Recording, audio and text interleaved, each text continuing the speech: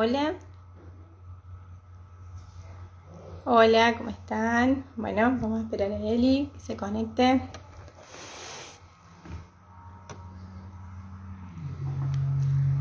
Hola, estamos.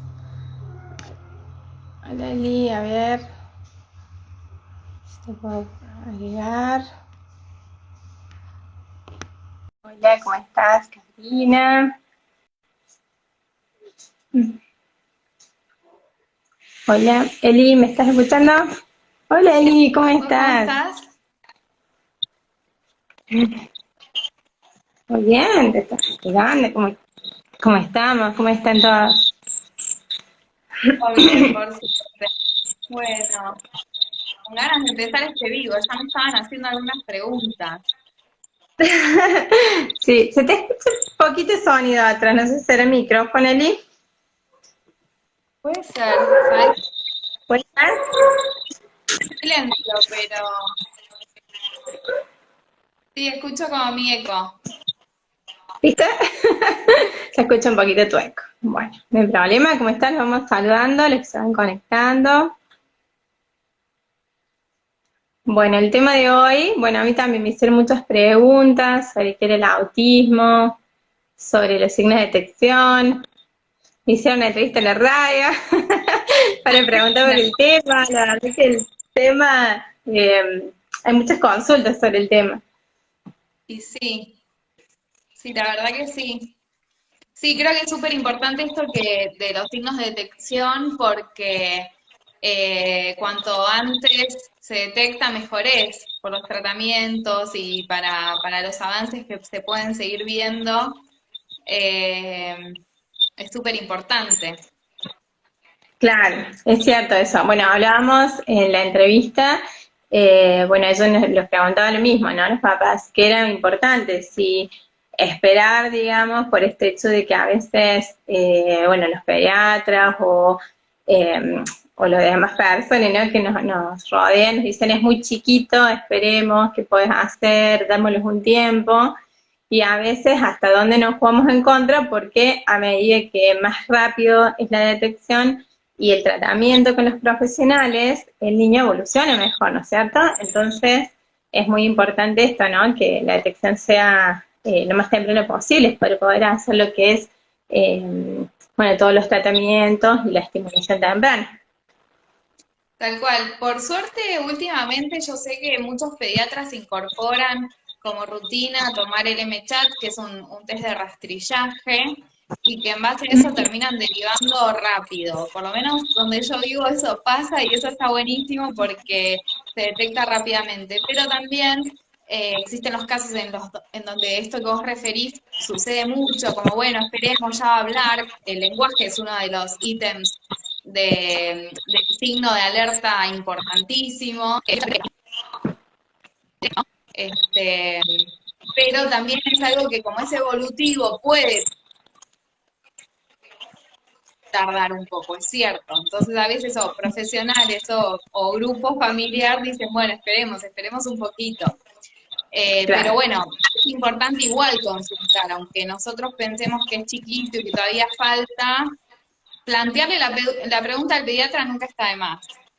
Ujú. Sí, es cierto. Bueno, acá también hay unos profesionales que trabajan muy bien, unos pediatras y que trabajan muy bien y bueno, y también están derivando también desde pequeño, ante cualquier signo también se hacen algunas valoraciones y bueno, se prefiere por ahí ir trabajando cuando hay con la estimulación hasta que bueno, hasta que se tiene por ahí un diagnóstico ya más preciso. Entonces es fundamental eso, ¿no? Ir trabajando con algunos signos de detección que bueno, los vamos a ir trabajando, son muchos, ¿no es cierto? Justamente por eso se llama claro, ahora nos preguntaban por qué era un espectro autista, y justamente por la variabilidad de síntomas y por o sea, no solamente por la variabilidad, sino también por todos los síntomas que lo acompañan, la sintomatología. Entonces, es muy importante que las vamos a ir trabajando en este video uno por uno y bueno, ir preguntándole también a la gente qué es, bueno, qué es lo que quiere saber, si hay algo que nos faltó de contarles. Tal cual. Sí, en principio también explicar que, como decía Wing, que era una estudiosa de este tema, hay una tríada de deficiencias, le llamó ella, en lo que hablábamos recién, que era la comunicación en lenguaje, las conductas y la interacción social. Y en esas tres áreas, en estas tres patas, sucede que hay toda un despliegue de signos, de síntomas, y que son importantes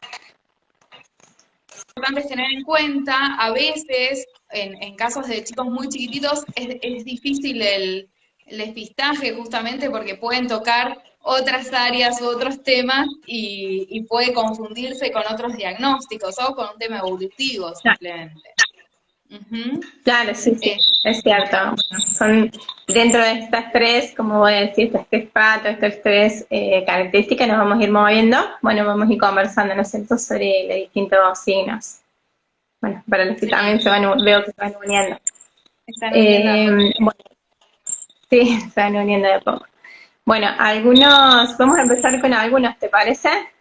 Sí, Bueno, por ejemplo, la baja destreza motriz es muy importante. Creo que tener en cuenta que hay muchos niños que, más allá de que todo esto que vamos diciendo a veces es muy común el desarrollo, entonces ir dándonos cuenta hasta, bueno, cuando ya se magnifica, cuando este síntoma está como que perdure en el tiempo, digamos, en el niño. Eso es importante, ¿no es cierto? En cuanto a la baja destreza motriz, nos podemos empezar a dar cuenta, por ejemplo, que le cuesta sentarse, le cuesta incorporarse, hay niños que le cuesta caminar el tiempo, o más o menos dentro del desarrollo esperado para su edad, se golpean fácilmente, otros caminan en puntitas de pie, pueden hacerlo hasta mayor. sí, tal cual, la destreza motriz, no solo gruesa, sino también fina, en general se suele ver eh, perjudicada. Lo que sucede justamente es esto que vos mencionás, como puede deberse a diversos factores, muchas veces se pasa un poco de largo, pero es súper importante tenerlo en cuenta. Los hitos del desarrollo pueden verse afectados, como esto de caminar, la postura de la cabeza incluso, este, y lo de puntitas de pie también tiene que ver con esto que son las conductas que se llaman estereotipias motoras, donde pueden caminar en puntitas de pie, también aletear, que también está vinculado con lo motriz, pero viene por otro lado. Sí, bueno, con respecto a la conducta estereotipada, como decías, a veces yo les decía a los papás, ¿cómo es ese movimiento? ¿Cuál es el movimiento que tiene habitualmente? Porque claro, nos acostumbramos a verlo de tan pequeño que no nos damos cuenta que ese movimiento a veces no suele ser regular o no suele estar indicando otra cosa.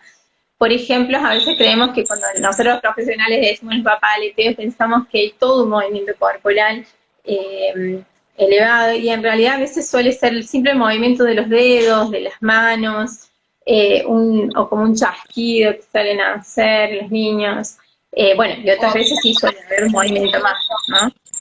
tal cual. Claro, el tema de las manitos, es verdad, sí, sí. Sí. Entonces a veces creemos que es todo un movimiento ya que incorpore todo el cuerpo y a veces suelen ser movimientos tan finos, tan pequeños que no nos damos cuenta porque se hacen habituales. Entonces los vemos tan seguido en nuestro hijo, pensamos que, bueno, es parte del mismo, ¿no? Y no nos damos cuenta a veces que, bueno, o nos damos cuenta a lo mejor cuando vemos que ya se prolonga el tiempo, bueno, tenemos que consultar que hay, cuando hay un cierto, o cuando hay varios síntomas que se están presentando. Claro, cuando hay una Eh, variedad. También pasa muchas veces que esto que decís, Nati, es re importante porque hay familias que como tienen otros hijos logran notar que algo raro pasa con uno de ellos, pero capaz en algunas familias cuando es un primer hijo se suelen normalizar ciertas características o también decir, bueno, pero yo era así cuando era chico, es algo que se escucha frecuentemente, seguramente a vos también te ha pasado. Y bueno, obviamente que todos tenemos algo nuestros hijos algo tienen de nosotros porque la genética siempre funciona, pero también es importante poder realizar esa consulta, que creo que es como la concientización también que queremos dar en este vivo, ¿no? Ujú. De Sí, sí. consultar. Es importante eso siempre, consultar cuando vemos que hay algo que está sucediendo en nuestros hijos y que puede o no ser común o esperado para el desarrollo. Hablábamos el fin de semana en un congreso, hablábamos de esto, ¿no? De las particularidades, diferencias, más allá de que todos somos distintos y que todos los niños son distintos y que no hay que comparar y demás. También hay hitos de desarrollo que se esperan que estén y que cuando no están, nos están hablando de algo y algo que puede estar sucediendo. Entonces es fundamental tener como los ojos oídos, mirarlo siempre, ir mirando conductas, cómo se comportan nuestros hijos. Sí, El tema del contacto visual, creo que es fundamental este tema, lo tomamos siempre cuando observamos un niño con TEA, la falta de contacto visual o cuando el contacto no es sostenido. adecuado o no está sostenido. O no sostenido. Ujú. Que también esto, muchas mamás también lo refieren en el momento de darle el pecho a los bebés, como la dificultad para sostener el contacto visual, porque si bien el tiempo en general donde se suele hacer es un diagnóstico, pero se puede dar un diagnóstico temprano. Cuando, obviamente hay sintomatologías que capaz en algunos chicos son como más evidentes, y como decíamos, es un espectro, es como cuando uno va a ver una carta de colores en una pinturería y tenés todo un abanico gigante de colores, y claro, dentro de estas tres patas que hablábamos al principio, puede haber como diferentes tonalidades en cada una de ellas. Entonces, eh, obviamente hay algunas tonalidades que son más notorias tal vez y otras que, como quería justo hablar después, más al final, en el caso de adultos con autismo, que muchas veces hay ciertas conductas de camuflaje, se le llaman, en donde uno logra tener características más adaptativas, pero igual siguen estando estas tres áreas del desarrollo con algún tipo de complejidad. Y eso pasa también mucho en las mujeres con autismo, por eso a veces el diagnóstico de una mujer es mucho más complejo, porque tienen mucho más recursos para poder camuflar ciertos signos. Ujú. Sí, en las nenas yo me doy cuenta a veces, bueno, por ahí tardamos más en hacer el diagnóstico, porque bueno, a nivel social, que es por ahí la dificultad que se ve, sobre todo en los nenes con autismo, esto del vínculo social, por ahí suele estar presente en las niñas de alguna medida, entonces bueno, empezamos los profesionales a preguntarnos qué pasa. A mí me ha ocurrido en algunos momentos de decir, bueno, consultar con otro colega y decir, bueno, a ver, mira, yo observo todo esto, o al neurólogo, pero hay algo que me está diciendo o que tengo dudas en tal, y bueno, y suele ocurrir por esto, porque las niñas, a veces lo social suele estar mucho más desarrollado, y bueno, y nos falta como a veces esa patita de decir, bueno, nos falta la comunicación, o hay una dificultad, o la mirada, pero lo social, como que puede ir, entonces, a veces tarda el diagnóstico. Sí, sí, Uh-huh. que suele pasar a los papás. Después, el tema de la falta de señalar con el dedo. Eso es fundamental. Los niños cuando empiezan a ser chiquitos y les empezamos, y tenemos un producto, tenemos un juguete o algo, que no nos pidan, que no nos señalen, que esa característica creo que es muy importante, la tenemos que tener siempre en cuenta. Tanto para docentes, porque veo acá algunas chicas que están sumando con Jime, por ejemplo, que es docente de nivel inicial, los docentes de todos estos niños por ahí pequeños de jardín, de guardería, de los maternales, es fundamental, porque por ahí los papás no nos damos cuenta. El papá del niño llora, y ¿qué hacemos la mamá? Le damos inmediatamente lo que quiere, solucionamos todo. Pero a veces es fundamental que el otro lo puede ver, eso, ¿no? Este es en el área de la comunicación. Muchas veces las personas pensamos que la comunicación es solo hablar y todos los gestos comunicativos también incluyen la comunicación. Esto de poder señalar, de poder hacer un gesto de chau o de tirar besito, esta gestualidad es súper importante. Así como también poder, la expresión facial. Muchas veces hay chicos que tienen siempre la misma expresión y como que pasan diferentes emociones y no se notaran. La comunicación es tan amplia y tiene tanto para trabajar que todo lo que tiene que ver con los gestos comunicativos y la intención comunicativa, o sea, que haya una intención de comunicar, es súper importante también tenerlo en cuenta. Claro, yo trabajo con una fono, se llama Melissa, y siempre es fundamental, ella es especialista también en autismo, y cuando llega la nena, lo primero que es, yo cuando van a hacer los diagnósticos le pregunto, Liz, ¿qué te parece? Y me dice ella siempre lo mismo, ¿hay intención comunicativa? Y claro, es fundamental, creo que eso lo tenemos que tener siempre presente, la intención comunicativa. Y a través de todo, ¿no? Nuestro cuerpo, nuestro gesto, la cara, dicen muchísimo a los niños, si son expresivos, si falta la expresión en cuanto a las emociones, ¿no? Le pasa algo, el niño dice, cuenta, expresa con su cuerpo, con su rostro lo que le ha pasado. Si no Eso pasa, es bueno, ahí empezamos a llamarnos la atención, ¿no? muy vinculado al juego y a lo que llamamos atención conjunta o miradas de referencia conjunta también, que es este Ujú. poder compartir con el otro y triangular un objeto y compartirlo y decir, por ejemplo, no sé, pasó un avión y señalarlo y mirar el avión y mirar a mamá o a papá o a mi hermanito para mostrártelo, o esto de leer un cuento y mirar los dibujitos y compartir con la mirada del otro. Todas estas cuestiones están limitadas o a veces no aparecen en chicos con autismo. Claro. Bueno, mira, les cuento una experiencia así como en algún momento cuando yo comencé a trabajar con pacientes con autismo hace 10 años atrás, fuimos a un curso, una charla que daban unos especialistas que venían en ese momento de España y decía, bueno, ¿ustedes quieren saber realmente qué pasa? Agarren todos los juguetes del niño y lo que tenga presente y póngalo en el alto. Todo en alto, arriba de su cabeza y vemos qué pasa. Y entonces, desde ese lugar, empezar a ver si el niño comunicaba qué es lo que quería, si quería, no es lo mismo que quiere galleta que coma pan, a que quiere un juguete, a que nos indique, nos pida eso. Entonces es fundamental ese tema. Y bueno, y muchos docentes suelen darse cuenta, ¿no? Suelen ser las primeras en darse cuenta.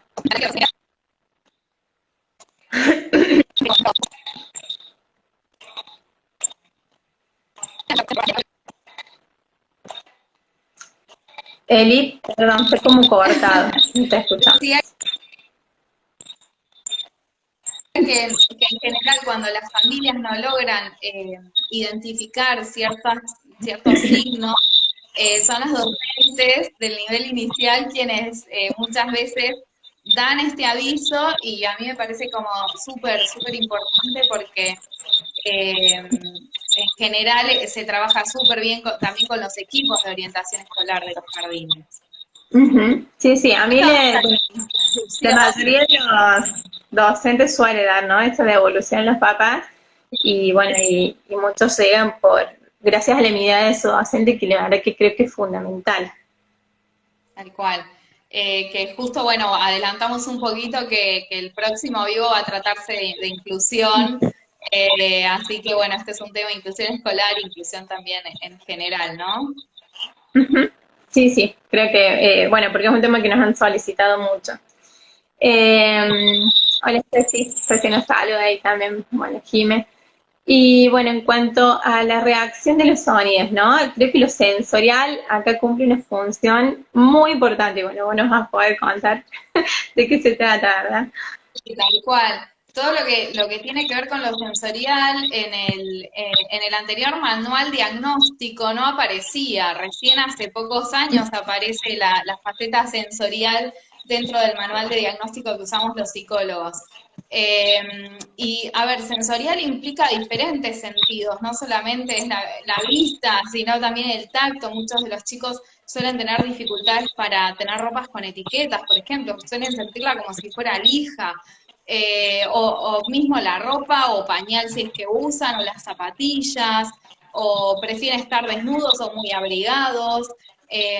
Muchas veces, y esto vieron las campañas que te suelen hacer en Año Nuevo, en Navidad, fin de año, esto de lo sensorial también a nivel auditivo. Hay chicos que son hipersensibles a los sonidos o a cualquier estímulo sensorial, y hay otros que tienen una hiposensibilidad.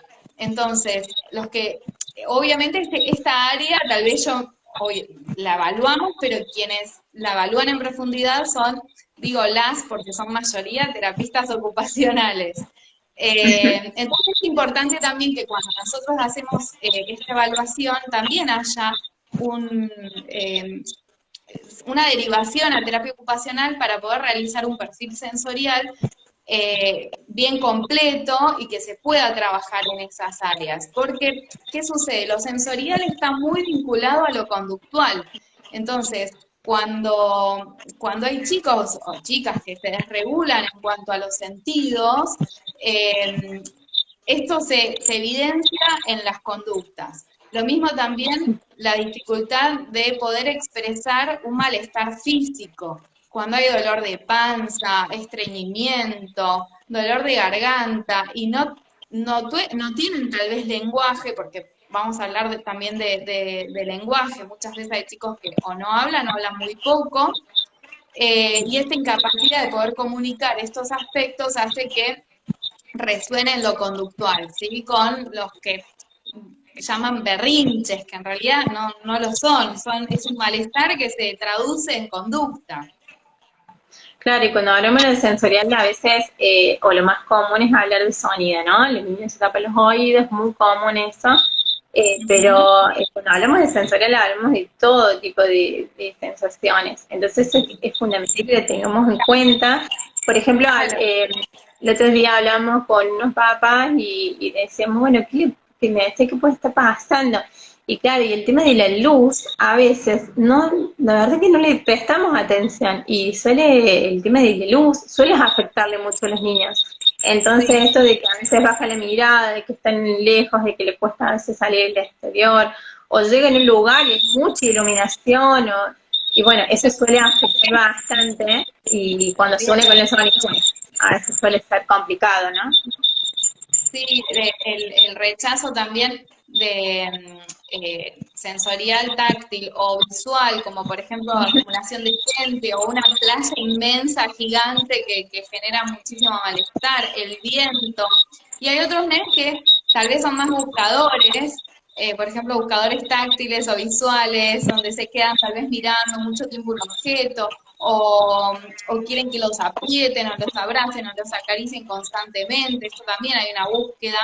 Hay otros chicos que suelen hacer ruidos constantemente o cantar, y hay también una búsqueda sensorial a nivel auditivo. Entonces, lo sensorial puede estar o incrementado o disminuido. Entonces, esto también es súper importante tenerlo en cuenta. Sí, sí. El tema del juego, ¿no? Cuando empiezan a crecer también empezamos a ver que son un poco más grandes y no hay juego, o el juego está disminuido, o el juego es repetitivo. Entonces, ese es un buen tip para lo que son docentes, y bueno, y también para los papás, porque a veces los papás nos acostumbramos a que el niño juegue con un solo juego, pero suele ser característico cuando ingresan a lo que es la escolarización, o bueno, esos primeros inicios, la falta de juego, la falta de compartir con el otro, que el juego sea repetitivo. Decimos, bueno, siempre utiliza este juguete, pero ese juguete, ¿es funcional ese juego? Y esto es súper importante. Yo a los papás les digo, juega. Sí, me dice el papá, ¿y es funcional ese juego? Es decir, hay un juego, porque bueno, cuando son muy chiquitos obviamente no hay juego simbólico, pero cuando empiezan a crecer, ¿es funcional ese juego? Es decir, yo agarro este auto, este objeto, ¿siempre rueda este autito, o a veces es otra cosa, o a veces lo utilizo para otra cosa, o a veces hay un juguete y yo lo puedo usar ese juguete para otra cosa, para otro fin? Entonces ahí es cuando nos está diciendo que bueno, que el niño está logrando un juego que es significativo, que es bueno, que tiene una finalidad o no. Entonces es importante que le Bueno, pongamos ahí el acento, ¿no? En la funcionalidad de esa, ese juego. esa funcionalidad es súper importante, porque en general es difícil de distinguir para los papás, porque obvio, de que tengo un juguete en la mano, para muchos papás significa que está jugando, pero no siempre es así. También en el juego se suelen ver conductas muy rígidas, como apilar objetos o ponerlos en fila o ponerlos por categorías muy ordenadas, y que si nos metemos en ese juego se estalla una crisis. También muchas veces sucede que se quedan mirando partes de algún objeto o prefieren los objetos antes que los juguetes, también es otra de las características del juego. O como mucha fascinación con ciertos juegos, por ejemplo, yo tenía un prono en el consultorio que decidí sacarlo porque cuando hacía evaluaciones había momentos en que se rigidizaban tanto la conducta repetitiva de pasar por las dudas que no sepan lo que es como un alambre donde uno va pasando cuentitas de madera Claro, y era tan repetitivo que era imposible acceder a ese juego y si uno quería acceder se generaba mucho malestar. Entonces, este tipo de situaciones donde hay un impedimento de poder acceder al juego, o juego funcional o no, de nuestros niños, es importante también tenerlo en cuenta, porque va a ser otra señal. claro, sí, sí. Y el tema de por ahí de los roles, ¿no? O sea, nos damos cuenta cuando ya son más grandes, bueno, que, bueno, suele ser el juego, no hay roles, no hay diferenciación, Claro, la falta de flexibilidad cognitiva, ahí es donde yo siempre hablo de la falta de flexibilidad cognitiva. ¿Por qué? sí, ¿Cuándo nos damos cuenta? Cuando yo trato de irrumpir en ese juego o tomo ese juguete y ver qué hace el niño con ese juguete es fundamental. Cuando nosotros hacemos la valoración, es muy común que yo le suele el juguete y le diga, ahora préstame, ahora a ver qué hago con esto. Y bueno, y suelen el niño, o si hay flexibilidad cognitiva, el niño te lo va a dar, te va a intercambiar, bueno, ahora vos sí, ahora no, bueno, ya, más vale, obviamente teniendo en cuenta la edad, ¿no? Pero a veces cuando no hay esa flexibilidad en el juego, cuando no hay ese otro, o ese reconocimiento del otro, es cuando el niño, bueno, suele desregularse, suele haber llanto, suele haber como esto de que no saben qué hacer o que no saben cómo hacer para continuar el juego, ¿no? sí, muchas veces eso se eh, termina pasando que hay una crisis que se pueden llegar a pegar a sí mismos o golpearse o pegarle a los familiares, que no solo se da en el juego, también se da en otras situaciones. A veces, por ejemplo, no sé, hay chicos que quieren abrir la cena y sacar todo para afuera y se les dice que no y se les pone ese límite y es catástrofe porque, bueno, ellos ya tenían mentalizado que querían sacar todo afuera y poner ese límite, decir que no, significa una frustración muy, muy grande que termina siendo casi inmanejable y puede haber llantos, gritos, golpes, muchas veces golpes en la cabeza, es algo que se da frecuentemente, o morder, que son conductas que, si bien no se las toma como propias del autismo, pero sí hay como que van muy de la mano muchas veces. Claro, sí, sí. Cuando uno ve muchos niños con TEA, te das cuenta que suelen ocurrir o que suelen ser muy comunes por Sí, ahí, ¿no? Después el tema que no respondan por el nombre. Acá hay algo que es propio, ¿no? Cuando uno le habla al niño y el niño sigue en su juego y uno dice, los papás suelen decir, parece sordo. sí, Claro, y es porque el niño no responde cuando uno lo habla.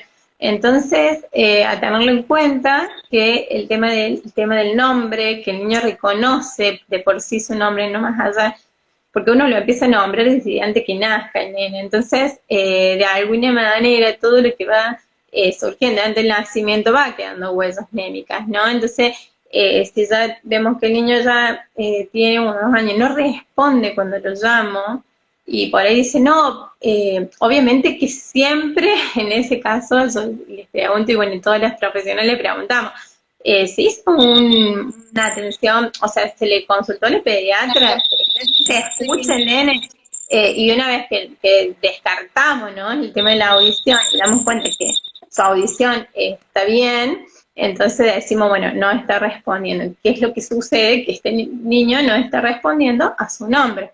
Entonces, es muy importante tenerlo en cuenta. Completamente, sí, sí. Bueno, después el tema de la ausencia de imitación, también es algo que conversamos, el tema de que, bueno, por ahí cantamos, bailamos, le hacemos gestos al niño y el gesto, y a veces el niño no responde a Sí, ese gesto o no responde a ese movimiento, entonces esa falta de imitación es como, es sí, importante tener en cuenta. tal cual, no solo espontánea, porque en general los chicos siempre intentan imitar lo que nosotros hacemos, es más espontáneo, sino también al pedido de imitar, hay una dificultad para hacerlo. Por ejemplo, no sé, levanta la mano o hace así o asá o con esta cara y eso es súper importante trabajar porque está muy vinculado con las neuronas espejo, que son neuronas que están vinculadas también con la empatía y con el reconocer al otro. Entonces, es uno de los ítems que se trabaja mucho también en psicología. Claro, y sobre todo cuando van creciendo, digamos, a nivel escolar se denota muchísimo esta característica, la falta de empatía, en el vínculo con el otro, el poder tanto comentar, o sea, o poder poner en palabras mis emociones como lo que le pasa al otro, entonces como identificar lo que le pasa al otro, creo que son conductas bueno, que suelen ocurrir, ¿no? Que tenemos que tenerlas en cuenta porque suelen ser claves. Eh, bueno, para el diagnóstico certero, ¿no? Igual, sí, sí. El tema de cuando suelen ser grandes también, los niños suelen hablar en tercera persona y bueno, y los papás cuando vienen me suelen comentar siempre, no sé, parece un dibujito animado o parece que habla como si fuera otro o se nombra a sí mismo. Y bueno, un ejemplo clave, así por ejemplo, bueno, los niños, claro, como escuchan que el papá les nombra, a él, entonces él cuando habla se nombra. Entonces, porque bueno, no puede hacer justamente esa diferenciación entre Sí. el otro O el mismo. el de hablar de tú también es muy frecuente, que hablan de una forma rara. También en este abanico que hablábamos, o sea, hay diferentes tipos de comunicación y de verbalización, y los chicos que tienen lenguaje puede haber desde el mutismo, es decir, que no hablan absolutamente nada, o hablar con palabras sueltas, hablar con frases, hablar y conversar, pero con algunas características extrañas, como estas, de hablar de tú o de llamarse por su propio nombre. También la dificultad para comprender, en la comprensión también hay una dificultad del lenguaje. Muchas veces las bromas, las ironías, los dobles Sí, sentidos, no se logran comprender en chicos ya con lenguaje, ¿cierto? Y que es un claro. desafío muy grande en la adolescencia y la adultez también, porque quienes tienen mejor funcionamiento cognitivo suelen notar estas diferencias con sus compañeros y muchas veces generan otros trastornos como depresión y ansiedad. Entonces en eso hay que estar súper atentos con la adolescencia porque hay muchísima comorbilidad, se llama, que es cuando hay una problemática acompañada de otra problemática. Y la Claro. depresión y la ansiedad en adolescentes y en adultos es muy frecuente justamente una de las causas que se proponen en las investigaciones es esta conciencia de dificultades para poder comprender ciertas cuestiones sociales. Ujú, claro, porque el tema acá de las habilidades sociales siempre se trabaja, ¿no? En terapia que lo que le ponemos el acento es en las habilidades sociales. Es que este niño puede lograr tener conductas parecidas o similares en niños de su edad, niños, adolescentes o adultos de su edad, ¿no? Eh, con respecto a los trastornos de sueño, como vos recién hablabas de las comorbilidades, bueno, es importante tener en cuenta el tema de trastornos alimentarios, trastornos de sueño, suelen presentarse de muy pequeños, solo que cuando son chiquitos a veces eh, son diferentes, digamos, bueno, porque a veces decimos, bueno, el niño tiene el horario cambiado, le cuesta, pero ahí donde los papás tenemos que poner el acento, porque el tema de cambiar una rutina, por ejemplo, a la hora de dormir, suele desencadenar después algún tipo de estos de ansiedad, de alguna crisis y demás, que bueno, eso nos tiene que llamar la atención, ¿no? El tema de la comida Completamente. también. Hablabas recién de la sensibilidad, y me acordé del tema de sensibilidad en la comida, ¿no? Sí, dentro de esto de lo sensorial, me olvidaba de referir esto, de que a nivel alimenticio suele haber cierta selectividad para determinados alimentos y de repente hay ciertos grupos de alimentos que no consumen y hay un rechazo absoluto o capaz una rigidez en consumir determinados grupos de alimentos y no otros. Y esto genera también muchísimas dificultades a nivel gastrointestinal. Hoy hay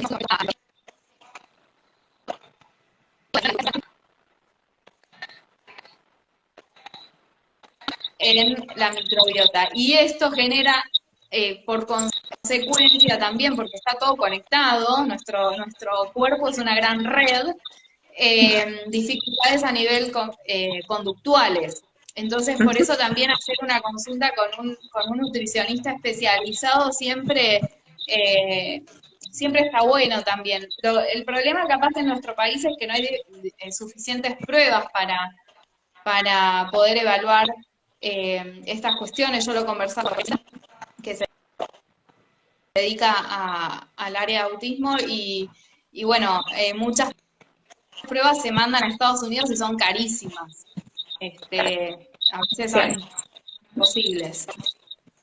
Sí, sí. Bueno, también esto, como vos que decías, de los especialistas, importantísimo que el profesional que nosotros elijamos sea especialista en TEA, porque es el que mejor conocimiento va a tener, y además porque en TEA hay tantas investigaciones que se están realizando que bueno, por los índices, porque hay muchos niños con TEA actualmente, que bueno, que un especialista va a poder siempre ayudarnos y bueno, y nos va a poder dar una información también que sea actualizada y bueno, y que sea bajo parámetros, que sea científicamente Sí, comprobada. Eso. es que la verdad que muchas veces hay una pérdida de tiempo importantísimo cuando no se encuentra la derivación al profesional indicado. Y Sí, eso a mí me toca en lo personal, porque bueno, justamente para quienes no lo saben, yo tengo un hermano adulto con autismo y que también es otro ítem importante a conversar con respecto al diagnóstico. Hay lo que llaman una generación perdida en el sentido de diagnóstico, porque eran diagnosticados con otras patologías, con otras cuestiones que no eran el autismo, porque no se sabía tanto autismo. A mi mamá le llevó 12 años tener el diagnóstico adecuado. 12 años, o sea, él tiene 30 actualmente. Y, y era una búsqueda constante y le decían una cosa, una otra, pasó por todo el DSM-4, creo. El DSM es el manual que les decía de diagnóstico. Y justamente eso, esa pérdida de tiempo en un buen diagnóstico, hizo que él también perdiera recursos de aprendizaje con profesionales adecuados, lógicamente. claro, es cierto eso, el tema, y además la constancia también creo que es importante. Cuando hay un niño con autismo en la familia, es importante ser constante. Cuando yo encuentro el profesional indicado, cuando tengo el tratamiento, de ser constante, ¿no? Porque a veces en esto de que no sé, no comprendo, es entendible como papá cuando nos dan un diagnóstico, que no sepamos qué hacer, bueno, siempre hablemos con el profesional que nos está acompañando, nos saquemos todas las dudas, volvemos a tener, pasa un tiempo y tenemos dudas, le volvemos a preguntar, no tengamos miedo, no nos quedemos con esas preguntas, porque bueno, Sí, es parte de ir acompañando el crecimiento. Pero sí. cuando vamos cambiando, suele ser muy común, ¿no? El tema de cambio de escuela, por ejemplo. Lo vemos, todos los que trabajamos en integración, que empiezan los niños a cambiarse, empiezan los papás a cambiar constantemente de escuela, y bueno, y el niño no se puede adaptar, más allá de que hay una dificultad en la adaptación, esto influye negativamente en este niño. Igualmente con el profesional, capaz que estamos mucho tiempo tratando de trabajar en ese niño, una vez que se logra la adaptación, se vuelve a cambiar a otro profesional y a otro, porque bueno, y eso influye negativamente, ¿no? En los niños. Siempre Sí, tenemos que pensar la importancia de nuestros hijos, en la sí. constancia. Siempre planteo como responsabilidad nuestra, como profesionales de la salud, de poder también conversar de estos aspectos que son tan importantes para las familias, o sea, entender que va a haber una fase de duelo que hay que atravesar y que a algún familiar le puede costar más que a otro, y también esto de la continuidad del trabajo en equipo, o sea, nosotras somos profesionales, pero ellos, o sea, las familias también son parte del equipo de Sí, bienestar, ¿no? Poder brindar herramientas, estrategias para que puedan también tener recursos dentro de la casa es súper importante. sí, sí, Y eso trabajar también con la trabajar escuela también. la escuela, con todos los contextos y generar contextos amigables, que es súper importante, y además también trabajar con el estrés familiar que este tipo de situaciones genera, ¿no? Muchas veces tener que hacer más de 4 terapias, ir de un lugar al otro, eh, pasar entre todas las terapias, tener que atravesar el duelo y hacer un montón de cosas que genera un desequilibrio muy grande y que en general las familias suelen dar todo por ese niño o esa niña, pero se empiezan a dejar de lado ellos mismos y eso tampoco funciona bien. Y yo siempre insisto con eso porque me parece súper importante a nivel familiar trabajar con el estrés y la sobrecarga que genera el cuidado de un chico con algún tipo de dificultad. Ujú, cierto, eso sí. A veces, bueno, suele ser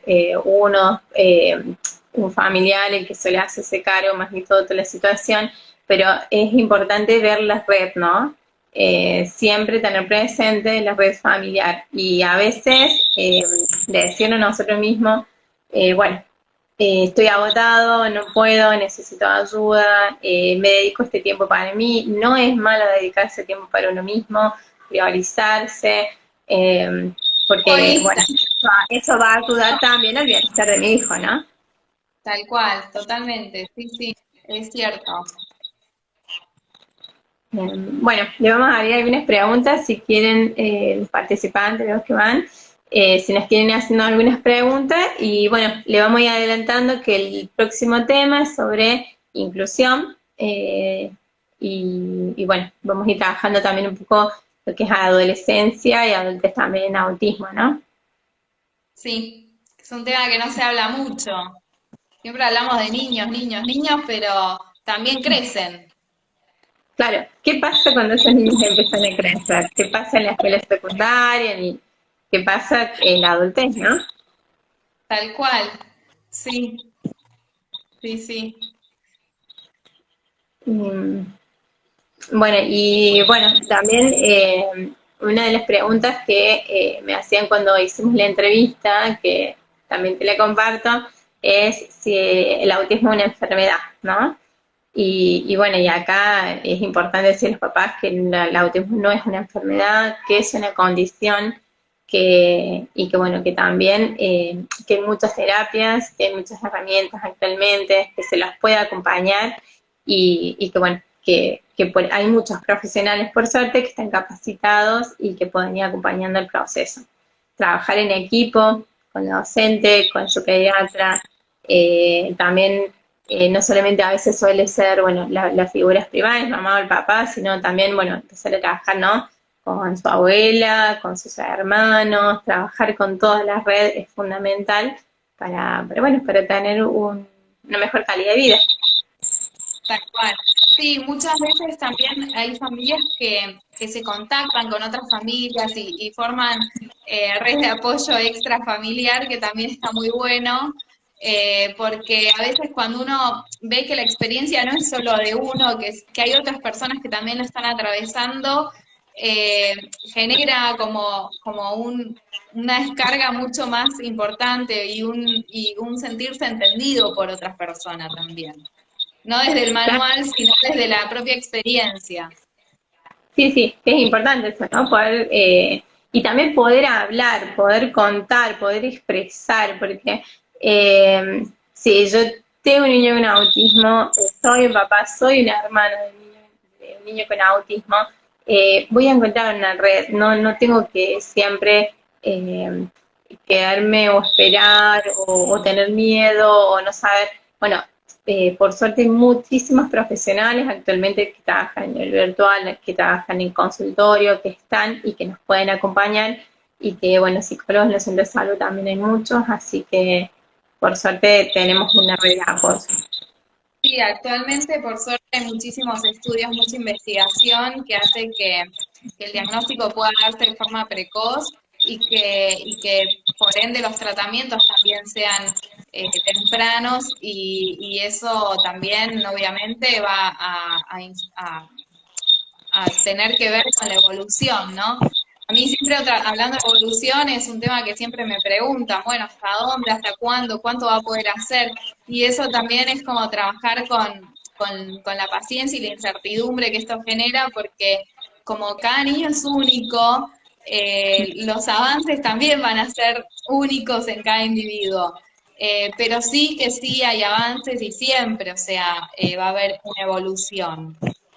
Ujú, es cierto eso, que siempre hay una evolución y darles como este mensaje, bueno, pero también este mensaje a los papás bueno, que siempre se les puede ayudar, que siempre hay una manera de encontrar apoyo, que hay redes, que nos podemos comunicar y que bueno, que es importante que uno fundamentalmente busque el bienestar, ¿no? Siempre de ese niño.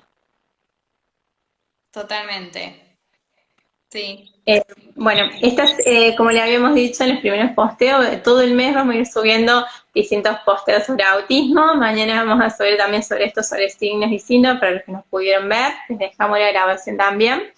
Y bueno, también vamos a ir recibiendo consultas, así que aprovechen a hacernos consultas de las distintas áreas. Y bueno, vamos a ir acompañándonos todo este mes que es de concientización. Así es. Así que esperamos muchas preguntas para poder ir contestando. Bueno, le agradecemos a todos los que estuvieron presentes, los que después lo verán grabado, así que, y bueno, nos vemos pronto, antes de terminar el mes, nos vemos en otro video. Así que gracias a todos y los esperamos. Bueno, gracias Eli también. Chao, Nati, gracias a Chao, vos. chao. Gracias.